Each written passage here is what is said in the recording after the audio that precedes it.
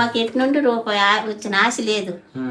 మీరు ఇచ్చారనుకోండి, మీ పేరు పెట్టి మేము 2 రోజులు గెంజి తాగుతాం.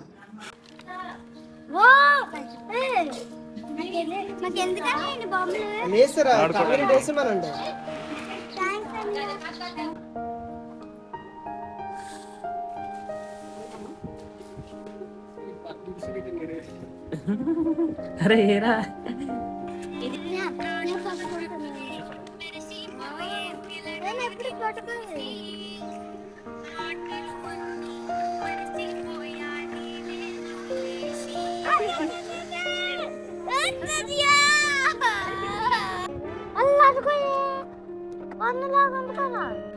ఇంకా ఎప్పుడు రాలేదు.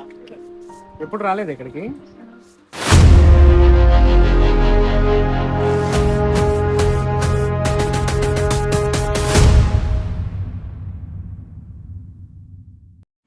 చిన్న వయసులోనే తల్లిదండ్రులను కోల్పోయిన పిల్లల దగ్గరికి ఈరోజు వచ్చాం. సో వాళ్ళని ఎలాగైనా సరే ఈరోజు బయటికి తీసుకెళ్ళి వాళ్ళకి ఏమి ఇష్టమో అది చూపించి ఫుల్గా ఎంజాయ్ చేసి వద్దామని మేము అనుకున్నాం. సో అందు గురించి అని చెప్పేసి ఈరోజు వాళ్ళ ఇంటికి వెళ్ళడం అనేది జరిగింది. మనం బయటికి వెళ్దాం. ఎక్కడికి వెళ్దాం? బీచ్ కూడా వెళ్దామా? నీకు బీచ్ ఇష్టమా? సరే వెళ్దామా? అయితే మనం బయటికి వెళ్దాం. ఓకేనా? మీరు రెడీనా? వెళ్దాం అయితే. సో వాళ్ళకి బీచ్ పార్క్కి వెళ్ళాలని ఉంది అని చెప్పేసి వాళ్ళు అన్నారు. సో మనం వాళ్ళని రెడీ అవ్వమన్నాం, అక్కడికి తీసుకెళ్తామని చెప్పి. అయితే దానికన్నా ముందు వాళ్ళకి కావాల్సిన సామాన్లన్నీ కొందామని చెప్పేసి మేము అనుకున్నాం అనమాట. రండి వెళ్దాం లోపలికి. సో ఇప్పుడు మనం సూపర్ మార్కెట్ వచ్చినాం. సూపర్ మార్కెట్ మీ ఇంట్లో కావాల్సిన సామాన్లు ఏంటో తెలుసా?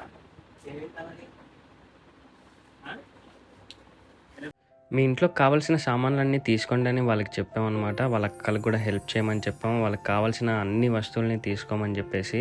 సో వాళ్ళు ఆ ఎత్తుకి మరీ తీసుకుంటున్నారు ఏం కావాలో అంటే అవి. ఇంకా ఎప్పుడు రాలేదు. ఎప్పుడు రాలేదు ఇక్కడికి. బాగుందా షాప్? మాకు చాలా హ్యాపీ అనిపించింది. వాళ్ళకి కావాల్సిన ఇష్టమైన వస్తువులన్నీ వాళ్ళు కొనుక్కున్నారు కాబట్టి. అయితే ఇంకా పార్క్ వెళ్దాం అన్నారు కాబట్టి వాళ్ళని కైలాసగిరి తీసుకొని వచ్చాం. వాళ్ళకి ఇష్టమైన ప్లేసుల్లో ఇదొకటి అనమాట. కైలాసగిరి మొత్తం వాళ్ళు తిరిగేసిన తర్వాత బీచ్కి వెళ్దాం అనుకున్నాం. Are you happy? ఏంటిది ప్లేస్? కైలాసగిరి పార్క్ అన్నాం కదా, కైలాసగిరికి వెళ్దాం అన్నారు కదా. ఓకేనా?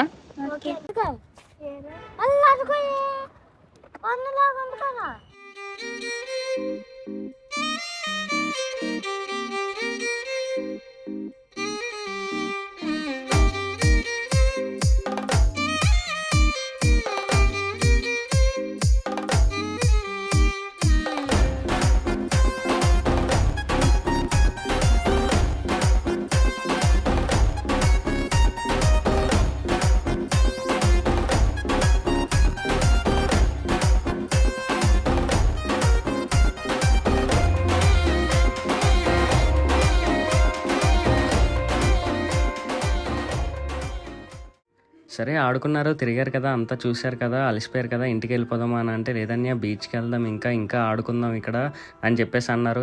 మీరు ఎక్కడ ఆడుకోలేదా, బయటికి రాలేదా అంటే లేదు అని అన్నారు. ఎవరో వాళ్ళని బయటికి తీసుకొని రాలేదంట. చాలా రోజుల తర్వాత మనతోనే బయటికి వచ్చారంట. అయితే ఇంకా వాళ్ళ సంతోషాన్ని చూస్తుంటే మాకు చాలా హ్యాపీ అనిపించింది అనమాట. ఆ చిన్నపిల్లలు అసలు చాలా హ్యాపీగా అసలు బాగా ఆడుకున్నారు, బాగా టైం స్పెండ్ చేశారు మాతోటి. సో వాళ్ళని ఎలా అయినా సరే ఇంకా సంతోష పెట్టాలి, ఇంకెంత టైం అయినా పర్లేదు, వాళ్ళు ఆడుకున్న అలసిపోయినంత వరకు తిప్పాలి అని చెప్పేసి మేము అనుకున్నాం.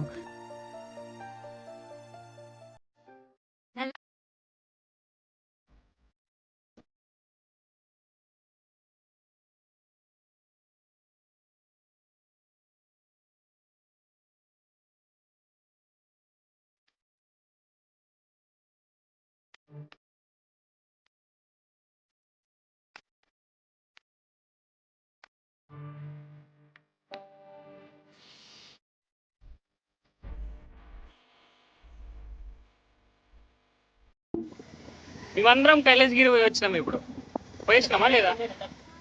ఎంజాయ్ చేసినామా? ఏమేమి చేసినావాడా?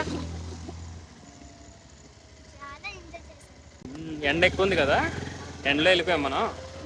మరి ఇప్పుడు ఎక్కడికి? బీచ్కా? రాజు ఎక్కడికి? రాజు ఇప్పుడు ఎక్కడికి? బీచ్కా?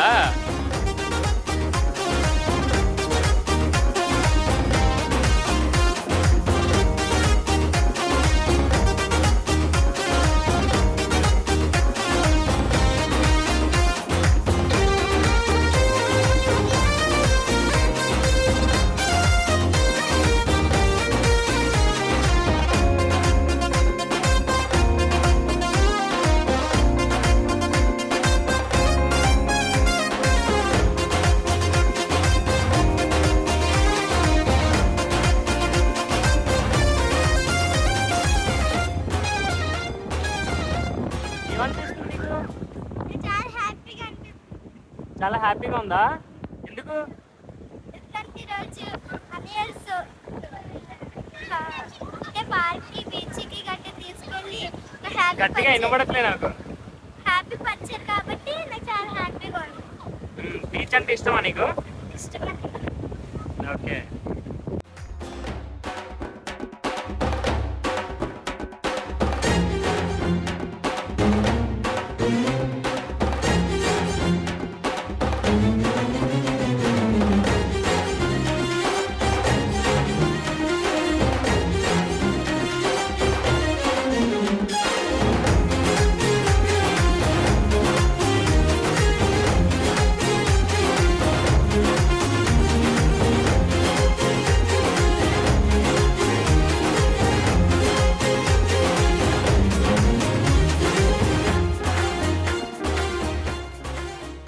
బాగా ఎంజాయ్ చేశారా? బాగా అనిపించిందా? ఏమేమి తిరిగారు మీ అమ్మమ్మకి చెప్పండి. ఎక్కడికి వెళ్ళారమ్మా? దగ్గరికి థ్యాంక్స్. మీ అన్నయ్యనే కదా, థ్యాంక్స్ చెప్పకూడదు, ఓకేనా? ఇప్పుడు ఏం చదువుతున్నావు నువ్వు రాజు? First standard. నువ్వు? ఫోర్త్ క్లాస్, 5th వెళ్తున్నావు. ఓకే. ఎక్కడ దగ్గరేనా స్కూల్? అసలు ఏమైంది వీళ్ళ అమ్మ నాన్నకి ఏమైంది? అసలు మీ పరిస్థితులు ఎందుకు ఇలా మారాయి? అసలు ఇద్దరు చనిపోయారు ఒకటేసారి, ఒకటే నెలలో అన్నారు. అసలు ఏమైంది అసలు ఏమైందంటే వీళ్ళ అమ్మకి ఈ నాన్న చనిపోయిన తర్వాత డెలివరీలోన పెద్ద చాక్ తినేసింది నాయన. డెలివరీలోన వాళ్ళ ఆయన ఏలూరు చనిపోయారు. ఏలూరు చనిపోయి శవం తెచ్చి వారికి కూడాను మేము ఆ శవం వచ్చిందని మేము పిల్లకి చెప్పలేదు. ఈడు 11 రోజులు పిల్లడు. ఈడు పుట్టి 11 రోజులు 11 రోజులు పిల్లడు. వాళ్ళ నాన్న ఒకసారి చూసారు ఈ పిల్లడు మొహం. అమ్మకి ఒక చుట్టూ కింద తుడుస్తుండగా పెద్ద డేక్స నెత్తి మీద పడిపోయింది ఇంట్లో.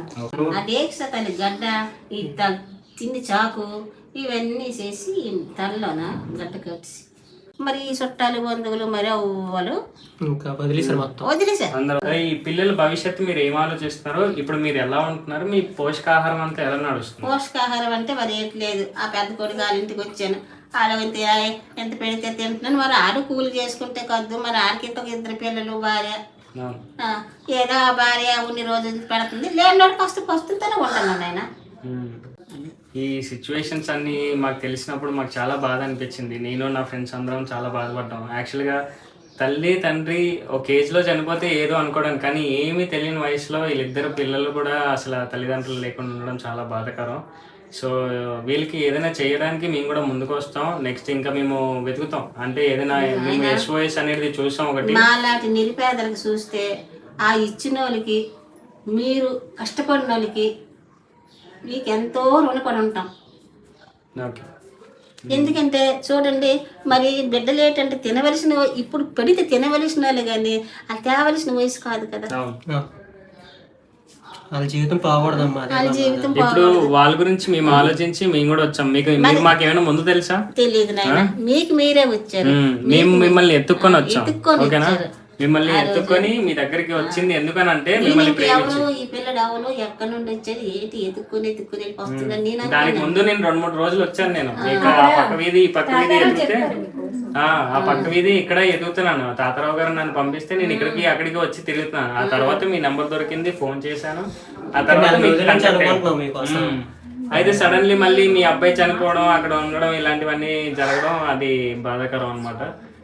ఓకే, ఎనీవేస్ మీరు బాధపడకండి, మేమందరం మీ ఫ్యామిలీ లాగా, ఓకేనా? మాకు ఎటు నుండి రూపాయి వచ్చిన ఆశ లేదు. మీరు ఇచ్చారనుకోండి, మీ పేరు పెట్టి మీ 2 రోజులు గెంజి తాగుతాం. మీకే తీసుకొచ్చారు గిఫ్ట్ మీ ముగ్గురి కానీ తెలీదా? సరే అయితే తీసుకొని వస్తాను, చూస్తారా?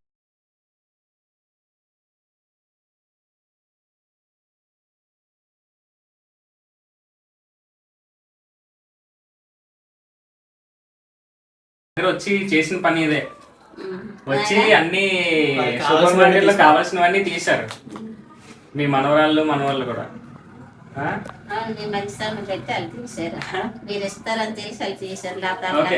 మీకు సరిపోతాయి ఇవన్నీ? మీ ఇంట్లోకి కావాల్సిన అవసరమైనా ఏమైనా అవసరం లేని ఉన్నాయా? గోల్డ్ అయినా సరిపోతాయి ఉమ్? సరిపోతాయి. హ్యాపీయేనా? హ్యాపీ నాయన. మేము మీ పిల్లల్లాగే, ఓకేనా? పిల్లలే. ఎప్పుడు మీరు బాధపడొద్దు, మనం అందరం ఒకటే, ఓకేనా? ఏ అవసరం వచ్చినా సరే మేము మీకు తోడుగా ఉంటాం, అది గుర్తుపెట్టుకోండి, ఓకేనా? Bye bye bye.